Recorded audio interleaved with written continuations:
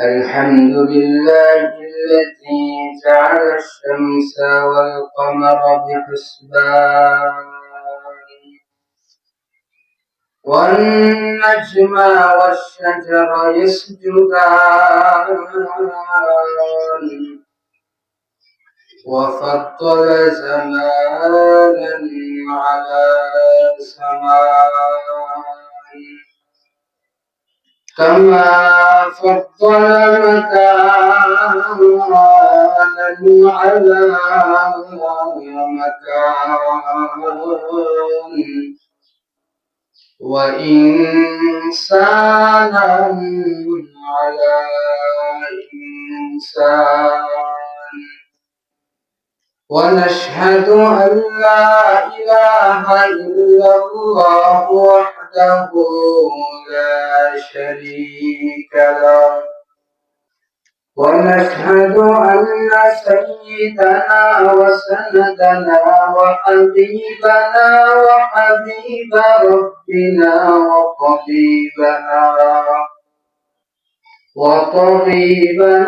وطبيب قلوبنا ومولانا محمدا عبده ورسوله الذي أرسله بالحق بشيرا ونذيرا وداعيا إلى الله بإذنه وسراجا وقمرا منيرا أما بعد فأعوذ بالله من الشيطان الرجيم بسم الله الرحمن الرحيم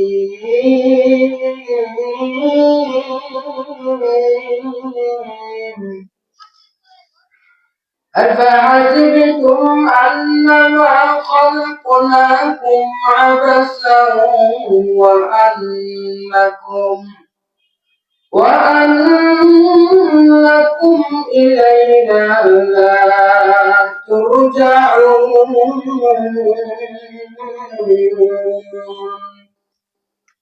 صدق الله مولانا العظيم وصدق رسوله النبي الأمي الكريم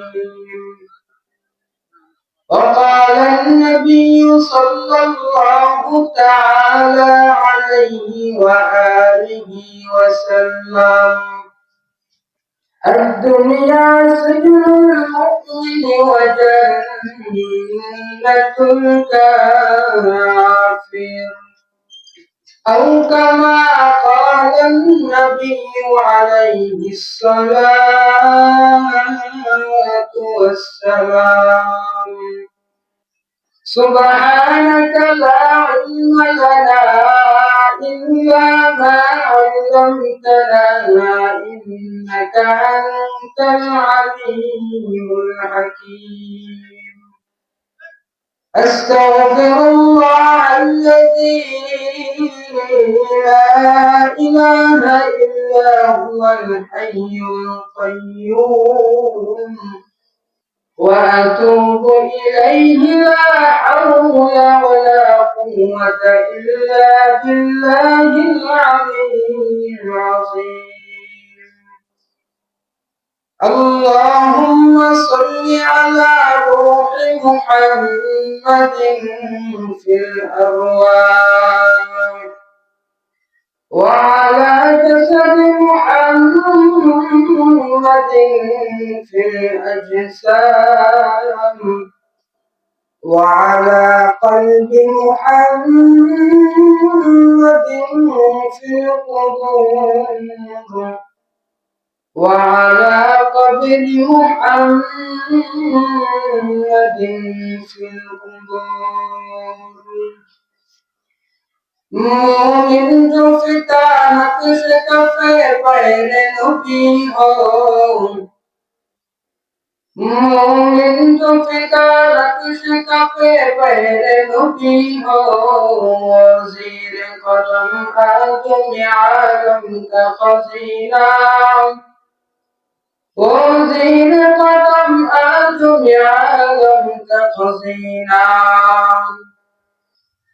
मैं दूर हम दूर है सैयद आलम मैं दूर हम दूर है सैयद आलम दीदार रखा दे नहीं आवाज सुना दो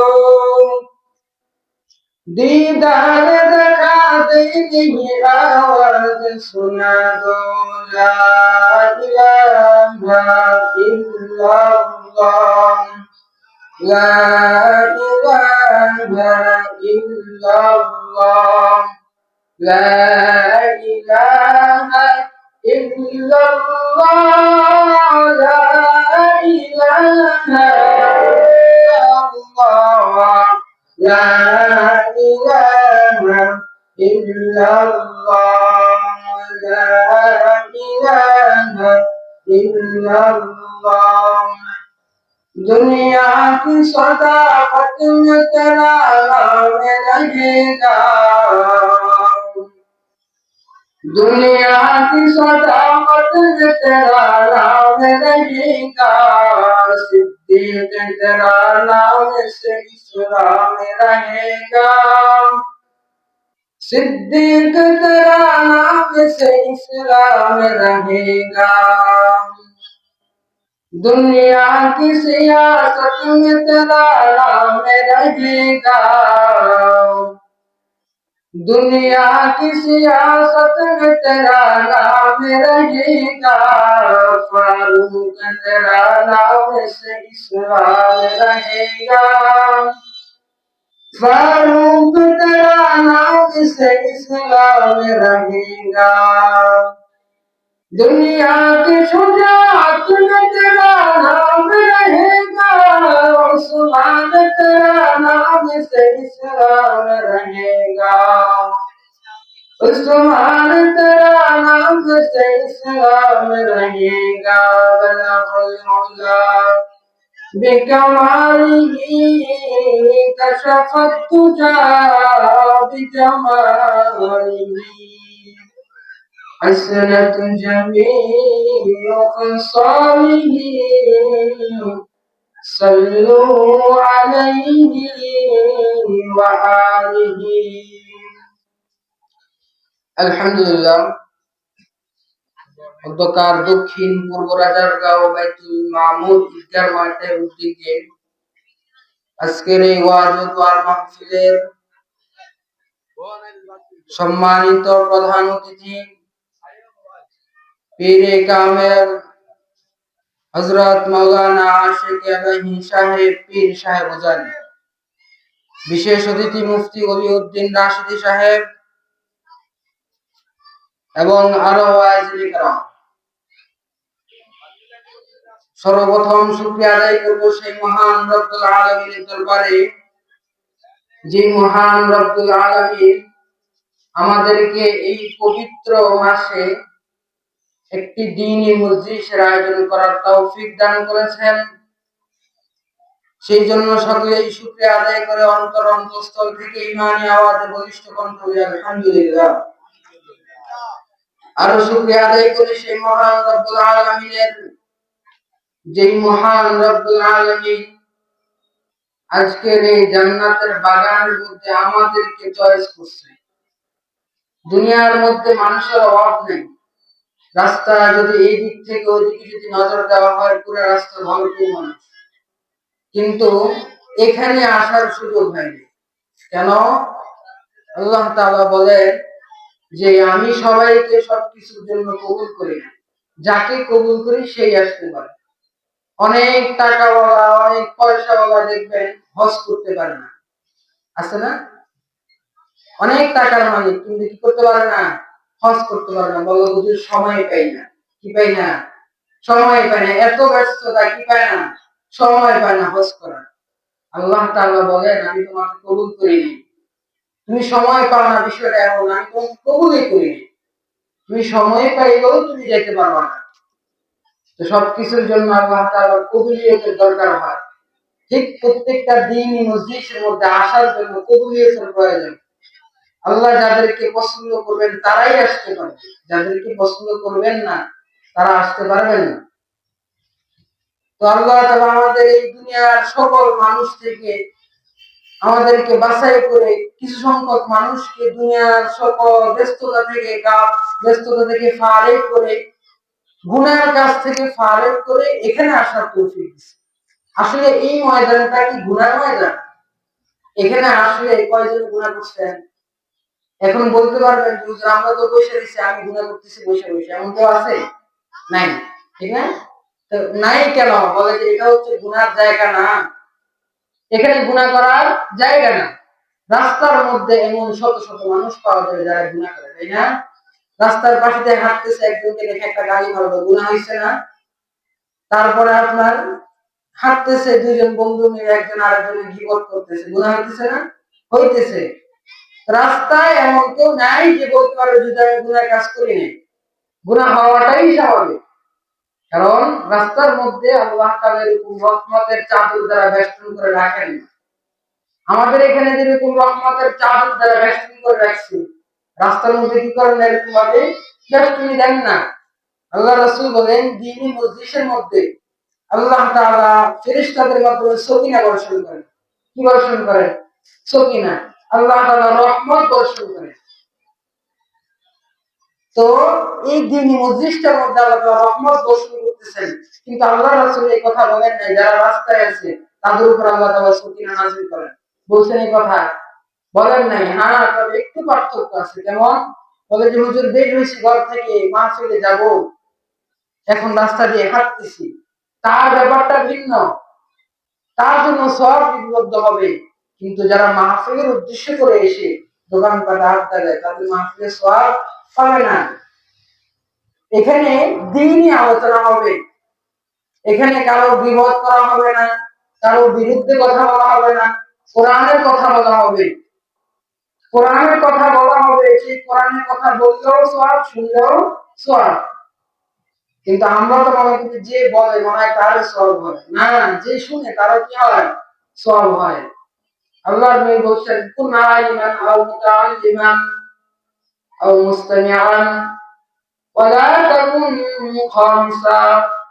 আল্লাহর নবী উম্মতদেরকে বলে এই উম্মত কুন আলিমান হয় তো আলেম হও, আও মুতাআল্লিমান অথবা তুমি শিক্ষক হয়ে যাও।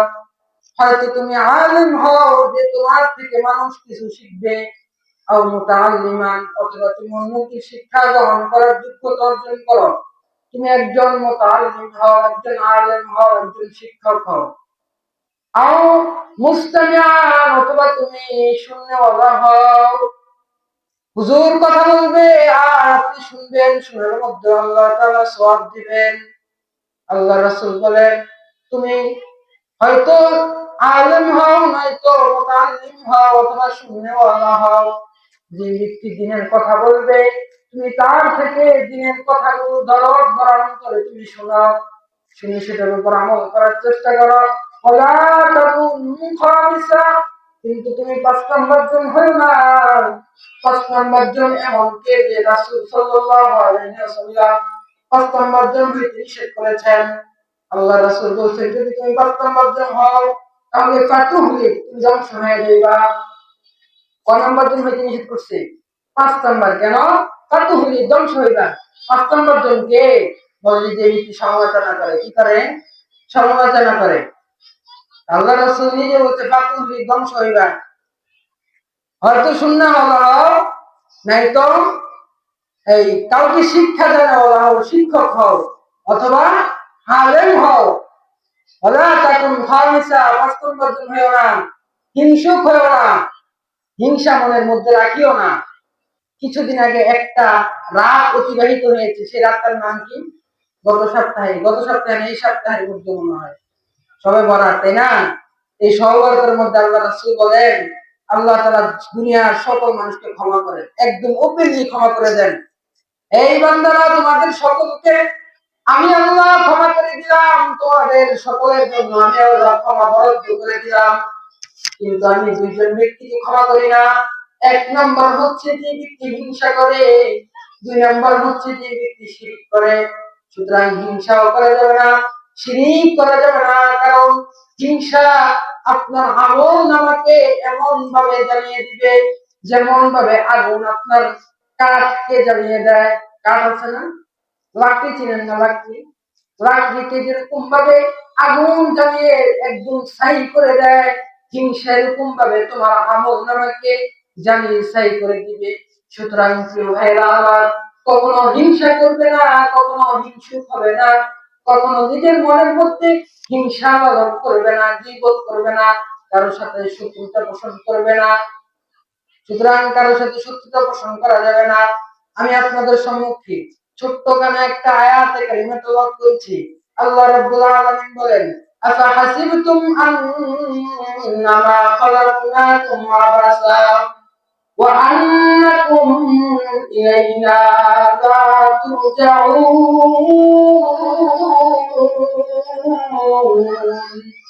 এই বান্দা, তুমি কি ধারণা করো, আফা হাসিবতুম, তুমি কি ধারণা করো, আন্নামা খালাকনাকুম, আমি আল্লাহ তোমাকে সৃষ্টি করেছি আবাসা, অযথা, অযথা আমি আল্লাহ তোমাকে বানাইলাম, এটাকে তুমি মনে করতেছো?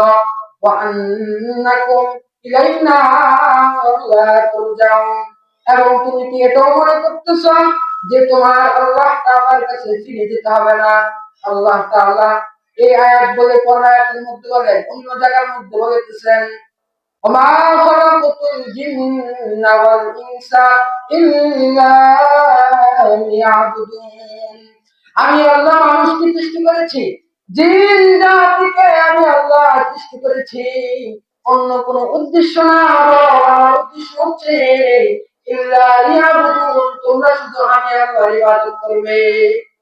তাহলে আমাদেরকে সৃষ্টি করার উদ্দেশ্য কি? আল্লাহ তাআলা বলতেছেন অযথা বানাই নেই। কি বানাই নাই? অযথা বানাই নাই। অযথা আমি আল্লাহ আপনাদেরকে কি করি নাই, তোমাদেরকে বানাই নেই, বরং বানাইছি কেন? যে ওমা খালাকতুল জিন্না ওয়াল ইনসা ইল্লা লিয়াবুদুন, আমি আল্লাহ তোমাদেরকে বানাইছি আমার ইবাদত করার জন্য। কিসের জন্য? ইবাদত করার জন্য। এখন আমরা তো মনে করি ইবাদত বলতে কি? ইবাদত বলতে 5 ওয়াক্ত নামাজ। হ্যাঁ, 5 ওয়াক্ত নামাজ আপনার জন্য ইবাদত, এবং আপনার জন্য আরো কিছু ইবাদত আছে। আপনার জন্য সত্য কথা বলা ইবাদত, আপনার জন্য মিথ্যা কথা বলা থেকে বিরত থাকা ইবাদত। সামনে আমাদের জন্য রমজান আসতেছে, রমজানের রোজাগুলো রাখো আমাদের জন্য ইবাদত। প্রিয় ভাইরা আমার, আল্লাহ তাআলা বলতেছেন, এই বান্দা, দুনিয়ার সব কিছু তোমার জন্য বানাইলাম, কিন্তু তোমাকে বানাইছি আমি আল্লাহর জন্য। আল্লাহ বলে, আমি আল্লাহ গাছ সৃষ্টি করেছি তোমার জন্য, তোমাকে বানাইছি আমার জন্য। আমি আল্লাহ বৃষ্টি দিচ্ছি তোমার জন্য, তোমাকে বানাইলাম আমার জন্য। আমি আল্লাহ বাতাস দিচ্ছি তোমার জন্য, কিন্তু আমি আল্লাহ তোমাকে বানাইলাম আমার জন্য। এখানে এমন কেউ আছে যে বলতে পারবে, আল্লাহ যদি 1 মিনিটের জন্য যে বাতাস অফ করে দেয়, বাঁচার ক্ষমতা আছে? এমন কেউ আছেন? হ্যাঁ, 1 মিনিট বন্ধ থাকে বাতাস। কয় মিনিট? 1 মিনিট। আমরা তো 1 মিনিট অনেকে দম বন্ধ করে থাকতে পারি, তাই না? থাকতে পারি না? একদম নিঃশ্বাস বন্ধ করে 1 মিনিট অনেকে থাকতে পারে। কিন্তু যদি 1 মিনিটের জন্য যদি আল্লাহ বাতাস বন্ধ করে, এমন কি আছে যে আমি বেঁচে থাকতে পারবো? আছে কেউ? কেউ নাই। তো আল্লাহ তাআলা এত কিছু দিচ্ছেন, কিন্তু বিনিময় চাচ্ছেন কি? বলে, বান্দা, বিনিময় কিচ্ছু চাই না, টাকাও চাই না, পয়সাও চাই না, সবকিছু তোমার, শুধু আমার একটু ইবাদত করো। কি করো? আমার একটু ইবাদত করো। এই মাসটা হচ্ছে বরকতময় মাস, সামনের মাসটা আরো বেশি বরকতময়। যখন রজব মাস আসতো, আল্লাহুম্মা বারিক লানা ফি রজব ওয়া শাবান ওয়া বাল্লিগনা রমাদান, হাদিসের ভাষায় আসছে, যখন রজব মাস এবং শাবান মাস আসতো, আল্লাহর রাসূল আল্লাহর কাছে ভিক্ষা চাইতেন। কি চাইতেন? ভিক্ষা। আল্লাহ, হায়াতটা একটু বাড়ায় দাও। কি করো? হায়াতটা একটু বাড়ায় দাও। কতদিন পর্যন্ত? কিয়ামত। বলে যে না, সামনে রমজানটা যেন পাই। কি পাই? রমজানটা যেন পাই, এতটুকু হায়াতটা বাড়ায় দাও। হাদিসের ভাষায় আসছে, রাসূল মনে যেন ভিক্ষা চাইতেছে। কি চায়? ভিক্ষা চায়, আল্লাহ একটু বাড়ায় দাও না। হায়াতটা একটু বৃদ্ধি করে দাও, যেন রমজানটা যেন পাই। আমাদের সামনে কি আসতেছে? রমজান মাস। এই কারণে আল্লাহ রাসূল বলছেন বেশি বেশি করে দোয়া করো, আল্লাহুম্মা বারিক লানা ফি রজব ওয়া শাবান ওয়া বাল্লিগনা রমাদান। আচ্ছা, আল্লাহ রাসূলের জন্য রমজানের কি দরকার ছিল? রাসূল জান্নাতি, যে তার মধ্যে কারো সন্দেহ আছে? রাসূলের জন্য যে জান্নাত কনফার্ম, তার জন্য কারো সন্দেহ আছে? উনি যে জান্নাতে থাকবেন, জান্নাতীদেরকে মেহমানদারি করবেন, উনি যে জান্নাতের মালিক, তার মধ্যে কারো সন্দেহ আছে? সন্দেহ নাই। কিন্তু তারপরও কেন রমজানকে এভাবে চাইতেন কেন? আল্লাহ রাসূল বলতেছেন, হ্যাঁ আমি তো কেন চাইতেছি, উম্মতকে শিখাইতেছি। কি করতেছি? শিখাইতেছি। উম্মত, আমি তো দুনিয়া থেকে চলে যাব, কিন্তু আমার পরে তোমরা যদি এরকম বেখবর যদি হয়ে যাও, দিন থেকে যদি, দিনের লাইন থেকে যদি বেখবর যদি হয়ে যাও, তাহলে তোমরা পথভ্রষ্ট হয়ে যাবে। সুতরাং পথভ্রষ্ট হওয়া যাবে না, বরং আল্লাহর কাছে কিছু চাও। আল্লাহ গো, এই তো রজব মাস তো পেয়ে গেছি, শাবান মাসও পাইছি, শুধু রমজানটা পর্যন্ত একটু হায়াত বাড়াইয়া দাও, যেন রমজানে কমপক্ষে নিজের গুনাহটা ক্ষমা করে, গুনাহ ক্ষমা করে যেন কবরে যেতে পারি, সেই তৌফিক দাও। আল্লাহর কাছে এইভাবে রাসূল চাইতেন। আল্লাহ তাআলা রাসূল আমাদের সবাইকে বানাইছেন শুধু ইবাদতের জন্য, আর দুনিয়ার সকল কিছু বানাইছেন কার জন্য? আমাদের জন্য। এখন আমাদের মধ্যে একটা ইবাদত হচ্ছে রমজান রোজা রাখা, তাই না? রমজান মাস সামনে আসতেছে, এই কারণে চাইছি রমজান উপলক্ষে কিছু কথা বলি, ঠিক না? বলে ভালো হবে না? যে রমজান মাস, আচ্ছা রমজানটা কি আমাদের উপর হুট করে আল্লাহ তাআলা 30টা রোজা ফরজ করছেন? হ্যাঁ, আল্লাহ তাআলা চার ভাবে আমাদের উপর রোজাকে ফরজ করছেন। কয় ভাবে? চার ভাবে। আল্লাহ রাসূল যখন মক্কা থেকে কাফেরদের জ্বালা যন্ত্রণার কারণে আল্লাহ রাসূল যখন মদিনার মধ্যে হিজরত করে যান, মদিনার মধ্যে হিজরত করে যাওয়ার পর রাসূল সেখানে গিয়ে দেখেন, রাসূল সেখানে তো মক্কা থেকে রাসূল চলে গেছেন, কারণ মক্কার মধ্যে কোন একটা ইবাদত করার যোগ্য অবস্থান ছিল না, অবস্থা ছিল না। যেখানে ইবাদত করতে যেত সেখানেই বাধা, সেখানেই হামলা, সেখানেই রাসূলের উপর অত্যাচার শুরু হয়ে যেত। রাসূল নামাজ দাঁড়িয়ে সেজদারত অবস্থায় রাসূলের মাথার মধ্যে এসে ওটের ভুঁড়ি পর্যন্ত ওখানে দেওয়া হয়েছে। রাসূল কষ্টে কারো বিরুদ্ধে বদদোয়া করেননি। আল্লাহ রাসূল আল্লাহর কাছে বলে, আল্লাহ গো, এখানে থাকা তো সম্ভব না, কোথায় যাব, কি করব? তোমার ইবাদত তো করতেই হবে। আর আমাদের তো একটু জ্বর হলে ইবাদত ছেড়ে দেই, তাই না? একটু যদি জ্বর যদি হয় তাহলে কি করি? হ্যাঁ, নামাজ ছেড়ে দেই। একটু যদি পেট ব্যথা হয় নামাজ ছেড়ে দিই। ভাই নামাজ পড়েন না কেন? জ্বর আসছিল। কি ছিল? জ্বর ছিল। আরে এই জ্বরের কারণে আপনি নামাজ ছেড়ে দিচ্ছেন, অথচ আল্লাহর রাসূল যখন এই অসুস্থ হয়ে পড়ছে, একদম শেষে যখন আল্লাহ রাসূল যখন অসুস্থ হয়ে পড়ছেন, হাদিসের ভাষায় আসছে আল্লাহ রাসূল এক হাত দিছে ওমরের কাঁধে, আর এক হাত দিছে আবু বকরের কাঁধে। পাওটা আমরা কি বলি, আমাদের ভাষায় বলে এই চাচায় চাচায় নিতেছে, ঠিক না? লেসরে লেসরে রাসূল পাও হাত নিতেছেন, আর কোথায় যেতেছে? মসজিদে যাচ্ছে। আচ্ছা, রাসূল কি এত কষ্ট করার দরকার ছিল? উনি জান্নাত পেয়ে গেছে, তারপরে কেন কষ্ট করলেন? আল্লাহ রাসূল বুঝাইছেন যে না, ছেড়ে দেওয়া যাবে না, একটুর কারণে ছেড়ে দেওয়া যাবে না। তা আল্লাহ রাসূল মক্কার মধ্যে কাফেরদের নির্যাতন সহ্য করতে না পারার পর রাসূল মদিনায় চলে গেলেন। মদিনায় যাওয়ার পর রাসূলের একটা অভ্যাস ছিল, রাসূল প্রতি মাসে 3 দিন রোজা রাখতেন। কয়দিন? প্রতি আরবি মাসের 3 দিন রাসূল সাল্লাল্লাহু আলাইহি ওয়াসাল্লাম রোজা রাখতেন। রাসূল সাল্লাল্লাহু আলাইহি ওয়াসাল্লাম সাহাবায়ে কেরামকে বলতেন, ও সাহাবীরা, পারলে রোজা রাখো, না পারলে ছেড়ে দাও। দেখেন রোজা কেমনে ফরজ হইতেছে। হ্যাঁ, রোজা কিভাবে ফরজ হইতেছে খেয়াল করেন। আল্লাহ রাসূল কোন মাসে কয়দিন রোজা রাখতেন? 3 দিন। আল্লাহ রাসূল বলতেছেন, সাহাবায়ে কেরাম, পারলে রাখো, না পারলে ছাড়ো। রাখার জন্য তোমাদের কোনো বাধ্যবাধকতা নেই, রাখতে হবেই যে বিষয়টা এমন না। মানে অভ্যাস করাইতেছেন আল্লাহ তাআলা রাসূলকে দিয়ে, কি করতেছেন? অভ্যাস করাইতেছেন।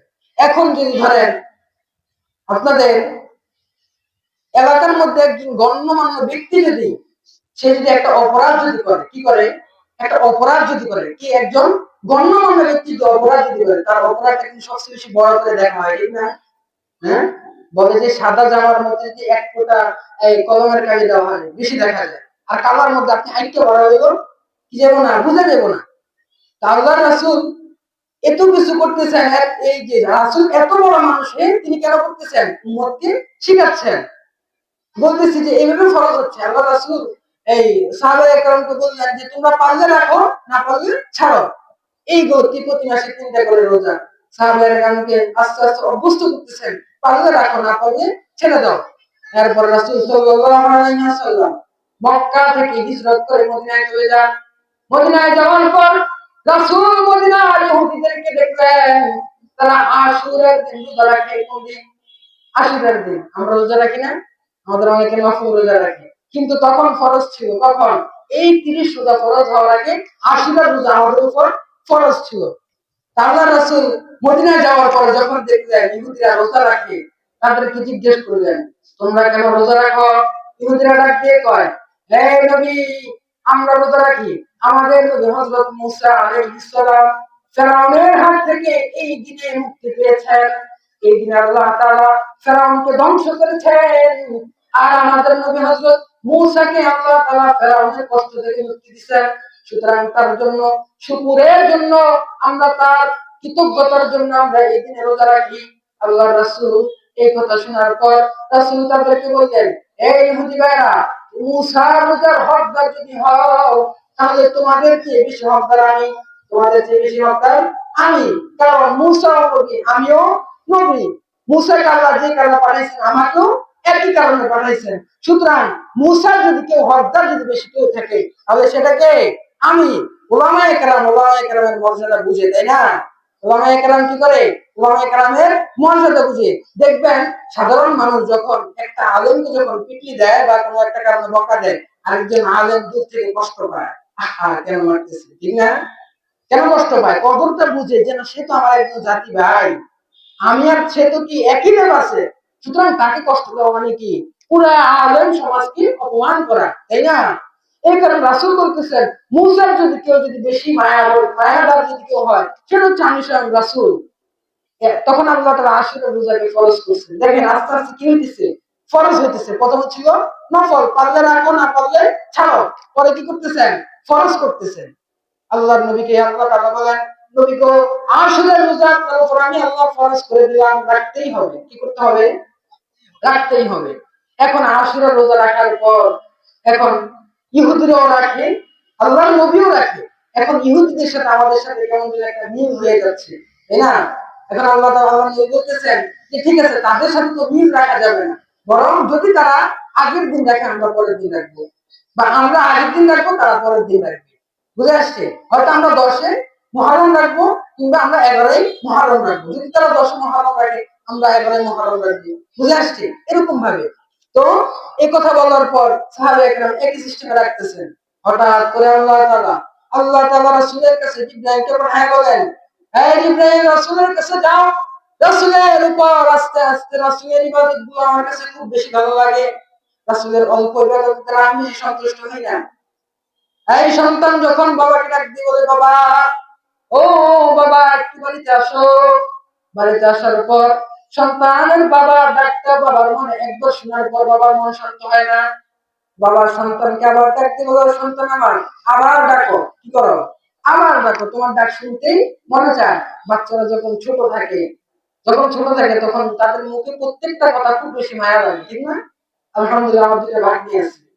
গতকালকে রাত্রে ফোন দিয়ে বলতেছে, মামা তোমার জন্য খুব মায়া লাগে, আসো। কি? আসো। তার কথাটা আমার কাছে খুব বেশি ভালো লাগছে, এবং তার আসলে বাস্তব আমার যেতে মন চেয়েছে, কিন্তু আসলে সবকিছু পরিস্থিতির কাছে নিজেকে হার মানাইতে হয়। সবকিছু দায়িত্ব মাথায় যে যাওয়া যায় না। তো এই যে বাচ্চাদের মুখের কথাটা কি লাগে? অনেক বেশি মায়া লাগে। আল্লাহ তাআলা বলতেছেন, মুহাম্মদের অল্প ইবাদত দ্বারা আমার কাছে ভালো লাগে। সে যত বেশি ইবাদত করে আমার তত বেশি ভালো লাগে। কারণ তার ইবাদতগুলো এমন যে সে যদি ইবাদত করে, ইবাদতের মধ্যে কোনো ধরনের ত্রুটি থাকে না, ভুল ত্রুটি থাকে না। আমরা তো নামাজ পড়ি, নিয়ত বাঁধছি, ইমাম সাহেব কেরাত করে, হ্যাঁ পিছনে দাঁড়ায় দাঁড়ায় টাইট বলতেছে, কয়টা টাইট লাগাইছে, টাইট কোনটা বাঁকা, কোনটা সোজা, হ্যাঁ কি করতেছে? দেখতেছে। দেখি না আমরা? দেখি। এটা তো আমাদের আনকমন কিচ্ছু না, কমন জিনিস। সবাই, অধিকাংশ মানুষই দেখে।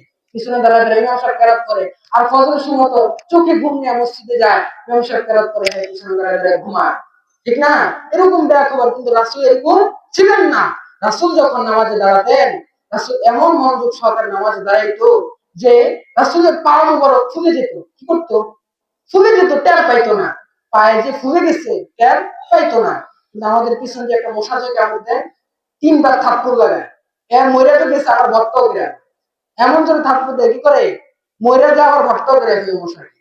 আল্লাহ রাসূল পাও ফুলে যেত কিন্তু কি করতো না, টের পাইতেন না যে পাও ফুলে যাচ্ছে। আল্লাহ তাআলা জিবরাইলকে বলতেছেন, জিবরাইল মুহাম্মাদের কাছে যাও, মুহাম্মাদের ইবাদত গুলো আমার কাছে খুব বেশি প্রিয় হয়। মুহাম্মাদের ইবাদত যখন মুহাম্মদ করে কোন ধরনের ত্রুটি রাখে না মুহাম্মদ, সুতরাং তার প্রত্যেকটা ইবাদত আমার কাছে খুব বেশি প্রিয়।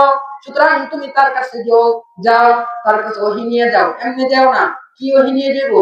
আল্লাহ তাআলা কোরআনের মধ্যে বলেন, ফামান কানা মিনকুম মারিদান أو على سفر فعدة من أيام أخر وعلى الذين يطيقون فدية طعام مسكين। আল্লাহ তাআলা বলতেছেন মুহাম্মদের উপর এতদিন রোজা ফরজ করে নাই, আস্তে আস্তে ফরজ করছি। প্রথম ছিল নফল, প্রতি মাসে কয়টা? 3টা। পরে ছিল ফরজ, কোনটা? আশুরাটা। পরে ছিল, বলতেছে এবার হচ্ছে আস্তে আস্তে ফরজের দিকে যাই না, অভ্যস্ত করতে হবে না। এখন হুট করে যদি আপনাকে বলি যে ভাই এক ডুবে এখান থেকে এই দিঘির এই পার থেকে ওই পারে চলে যান, পারবেন? হুজুরে কি করলে দেয়, হুজুর আকল জ্ঞান আছে। এখন যদি ভাই এক ডুবে দেহাতে কতটুকু যেতে পারে, তাকে অভ্যস্ত করি। প্রথমে একটু কম যাবে, পরে আবার একটু বেশি যাবে, কারণ তার ওরকম ভাবে প্রস্তুতি থাকবে। ঠিক একটা সময় দেখা যাবে যে না, সে বাস্তবে চলে গেছে, এখান থেকে সাঁতারে এবারে চলে গেছে, ঠিক না? এরকম ভাবে আল্লাহ তাআলা বলতেছেন মুহাম্মদের উপর হুট করে ফরজ করবো না, আস্তে আস্তে ফরজ করি। আল্লাহ তাআলা বলতেছেন ফামান কানা মিনকুম মারিদা, সুতরাং মুহাম্মদের উম্মতের মধ্যে কেউ যদি রোজাদার হয় এবং রোজাদার হয়ে যদি সে অসুস্থ হয়, কি হয়? অসুস্থ হয়। আও আলা সাফারিন, অথবা সফর অবস্থায় থাকে, ফাইদাতুম মিন আইয়ামিন উখর, তাহলে সে রোজা ছেড়ে দিতে পারবে এবং সেটাকে অন্য দিন কাজা করতে পারবে। কি করতে পারবে? কাজা করতে পারবে। ওয়া আলাল্লাযিনা ইউতিকুনা ফিদিয়াতুন তাআম মিসকিন, আর হ্যাঁ, যারা রোজা রাখার সামর্থ্য রাখে কিন্তু রাখতে ইচ্ছে করে না, তারা যদি কাউকে ফিদিয়া দিয়ে দেয়, কি দিয়ে দেয়? ফিদিয়া দিয়ে দেয়, তাহলে তাদের উপর কি রোজার হুকুম কি হয়ে যাবে? বাদ হয়ে যাবে, অর্থাৎ তাদের রোজার সওয়াব পেয়ে যাবে। কিভাবে? বলে যে রোজা ফরজ করছেন কিন্তু যারা পারবে না রাখতে, মন চাইতেছে না আজকে ঘরের মধ্যে মায়ের মুরগি গোশত রান্না করছে, রোজা রাখতে মন চাইবো? মন চাইবো না। যে মুরগি গোশত খাইতে মন চাইবো, তো তা এরকম যারা হবে তারা যদি কাউকে ফিদিয়া দিয়ে দেয়, তাহলে কি হয়ে যাবে? রোজা আদায় হয়ে যাবে। এই দেখেন আস্তে আস্তে ফরজ করতেছেন, বলতেছে রোজা রাখার সামর্থ্য আছে, ছেড়ে দিলে কি হয়ে যাবে? যদি ফিদিয়া দিয়ে দেয় রোজা আদায় হয়ে যাবে। এখন আল্লাহ তাআলা পরে বলে বলতেছেন যে না, আস্তে আস্তে ফরজ করেই দে। কি করি? ফরজ করেই দে। আল্লাহ তাআলা পরের আয়াতের মধ্যে বলতেছেন ইয়া আইয়ুহাল্লাযীনা আমানু কুতিবা আলাইকুমুস সিয়াম কামা কুতিবা আলাল্লাযীনা মিন ক্বাবলিকুম লাআল্লাকুম তাত্তাকুন। হে ঈমানদাররা, আমি আল্লাহ তোমাদের উপর রোজাকে ফরজ করে দিয়েছি। এতদিন কিন্তু কি ছিল না? ফরজ ছিল না। আগের হুকুম এখন রহিত হয়ে গেছে, আগের আয়াতের হুকুম এখন কি হয়ে গেছে? রহিত হয়ে গেছে। আরবি ভাষায় তাদের কি বলে? নাসেখ মানসুখ। কি বলে? নাসেখ মানসুখ। অর্থাৎ আগের হুকুম আয়াত আছে কিন্তু হুকুম কি হয়ে গেছে? নাসেখ হয়ে গেছে। হুকুম কি হয়ে গেছে? বাদ হয়ে গেছে। পরের আয়াতের দ্বারা আগের আয়াতের হুকুম বাদ হয়ে গেছে। অর্থাৎ যাদের রোজা রাখার সামর্থ্য আছে রোজা ভাঙা যাবে না। রোজা ফরজ, যত কিছুই হোক রোজা কি করতে হবে? রাখতেই হবে। আল্লাহ তাআলা বলেন ইয়া আইয়ুহাল্লাযীনা আমানু, হে ঈমানদাররা, কুতিবা আলাইকুমুস সিয়াম কামা কুতিবা আলাল্লাযীনা মিন ক্বাবলিকুম, যেরকম ভাবে আমি তোমাদের পূর্ববর্তী নবীদের উপর যেরকম ভাবে উম্মতের উপর যেরকম ভাবে রোজাকে ফরজ করেছি, ঠিক তোমাদের উপর আমি তেমনিভাবে রোজাকে ফরজ করে দিলাম। সুতরাং এখন আর রোজা ছাড়া যাবে না, রোজা রাখতেই হবে। যাদের উপর নামাজ ফরজ হয়েছে, বালেগ হয়েছে, তাদের উপর রোজাও ফরজ। যাদের উপর নামাজ ফরজ তাদের উপর কি ফরজ? রোজাও ফরজ। সুতরাং রোজা রাখতে হবে। ফিদিয়া দিয়ে কাজ হবে না। যদি ভেঙে ফেলে ইচ্ছা করে তাহলে একটার বিনিময়ে 60টা, কয়টা? 60টা, একটার বিনিময়ে 60। সুতরাং ভাঙা যাবে না। কি করা যাবে না? ভাঙা যাবে না। যতক্ষণ শক্তি আছে, সামর্থ্য আছে, ততক্ষণ পর্যন্ত রোজা রেখে যেতেই হবে। সুতরাং রোজা কিভাবে ফরজ হলো বুঝে আসছে না সবার? প্রথমে কি ছিল? মাসে 3টা, রাখতে পারলে রাখো, না রাখলে ছেড়ে দাও। দ্বিতীয় আশুর একটা ফরজ। তৃতীয় হচ্ছে কি, যে যাদের রোজা রাখতে মন চায় না, যদি রোজা না যদি রাখে ফিদিয়া দিয়ে দিলে চলবে। তৃতীয় হচ্ছে ফরজ করে দিছি, এখন আর ছাড়া যাবে না। সুতরাং কেন বললাম সামনে রমজান মাস আসতেছে, আমাদের উপস্থিতিও তেমন হওয়া উচিত। সুতরাং রমজানের আগে আগে নিজেকে প্রস্তুত করে নিব যে রমজানের 30টা রোজাই রাখবো, রোজা ছাড়বো না। মা বোনদেরকেও বলবো যাদের উপর রোজা ফরজ হয়েছে, আমরা অনেকেই সন্তানের উপর মায়া করে সন্তান বালক হয়েছে, আহারে বাবা আছে তার ভেঙে ফেলো, আহারে বাবা বলে ভেঙে ফেলতে হবে না, সন্তান ফরজ, আপনি কেন তাকে ফরজ থেকে কেন তাকে আপনি আহরণ করতেছেন? আপনার ঘরে যদি আগুন লাগে আপনি আপনার সন্তানকে ঘরে রেখে বের হয়ে যাবেন? কেন হবেন না? এরকম ভাবে তার কবরে আপনি কেন আগুন জ্বালিয়ে দিচ্ছেন? একটা ফরজ তলব করার কারণে তার শাস্তি হবে না? দুনিয়ার আগুন থেকে সন্তানকে বাঁচাচ্ছেন, কিন্তু কবরের আযাব থেকে সন্তানকে বাঁচাচ্ছেন। আল্লাহ আমাদের সবাইকে, যারা বালিগ হয়েছে তাদের সবাইকে রোজা রাখার তৌফিক দান করো, এবং যারা আমরা বৃদ্ধ আছি যাদের রোজা রাখার খুব কষ্ট হয় তাদেরকে ঈমানের শক্তি দান করো, ঈমানের শক্তি বলিয়ান করে আমাদেরকে মাহে রমজানের প্রত্যেকটা রোজা রাখার তৌফিক দান করো। আর সবাই বেশি বেশি করে পড়বো আল্লাহুম্মা বারিক লানা ফি রজব ওয়া শাবান ওয়া বাল্লিগনা রমাদান। আজকে আপনাদের এখানে আসা আমার শ্রদ্ধেয় পিতা, এক হিসেবে উনি আমার খুব বড় ওস্তাদ। যতটুকু শেখার ওনার থেকে আমি শিখছি, যতটুকু শেখার ওনার থেকে শিখছি, যতটুকু পুঁজি ওনার থেকে নিয়ে গেছি, বাকি ওনার পুঁজি দ্বারা কিছু অন্যদের কিছু অ্যাডজাস্ট করছি, কিন্তু মূল পুঁজি কার? ওনার। উনি বৃহস্পতিবার উনি আমাকে নিয়ে পড়াইতো, কিন্তু তখন বুঝতাম না, আসলে এখন বুঝে আসে। বৃহস্পতিবার জোহরের পরে ক্লাস হতো না, তুমি আমাকে নিয়ে বসে থাকতো, অনেক সময় পড়তাম না, কিন্তু তারপরে পরে পড়াইতে বসাইতো। এই পুঁজি দ্বারাই এখন যতটুকু নিয়ে আসি, পুঁজি কি ওনার থেকে। তো ওনার সামনে কথা বলার যোগ্যতা আসলে নাই, তারপরে বাবা হিসাবে, বাবা তো বাবাই তাই না, বাবা হিসেবে একটা আর উস্তাদ হিসাব আরেকটা। বাবা হিসাবে একটু বসা আর কি। আর সবাই দোয়া করে, আমার বাবা খুব অসুস্থ, কিছুদিন পর অসুস্থ হয়ে যায়, আসলে শুনলে আর ভালো লাগে না। গত পরশু দিন রাত্রে ফোন দিয়ে বলতেছে অসুস্থ, রাত্রে না সকালে মনে হয় ফোন দিচ্ছে, কেমন আছেন, তেমন ভালো নাই, অসুস্থ হয়ে যায়। সবাই দোয়া করেন আল্লাহ সুস্থতা নিয়ামত যেন দেন, বাবার ছায়া যেন আমাদের উপর আরো দীর্ঘায়িত করে, বাবার থেকে যেন আরো কিছু যেন নিতে পারি। আমি যখন গাজীপুর চাকরি করি তখন প্রথম কিতাব দিছে কাফিয়া কিতাব, পড়ানোর সাহস দেন, কেমনে পড়ানো, কি পড়ানো? আব্বুর কাছে ফোন দিলাম যে আব্বু কেমনে পড়ানো, আব্বু রাত্রে শুয়ে এসে আমার এই মোবাইলে কিতাব পড়াইছে। তো ওস্তাদ জমানে এসে ওনার থেকে পুঁজি নিতে হয়, ওনার ছাড়া পুঁজি নাই। সবাই দোয়া করবেন আমার ওস্তাদ ও বাবা, আল্লাহ তাআলা যেন তাকে সুস্থতার সাথে যেন জীবনে এক হায়াত দান করে।